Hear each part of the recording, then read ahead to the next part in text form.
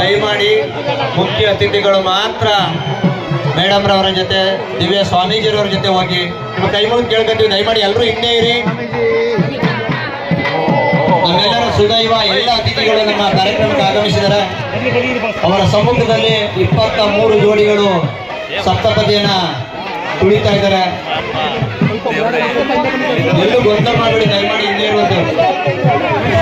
ದಯಮಾಡಿ ಗಣ್ಯರನ್ನು ಹೊರತುಪಡಿಸಿ ಬೇಕಾದ್ರೆ ಹಿಂದೆ ಬನ್ನಿ. ದಾರಿ ಮಾಡಿಕೊಡ್ಬೇಡಿ. ಗಣ್ಯರನ್ನು ಹೊರತುಪಡಿಸಿ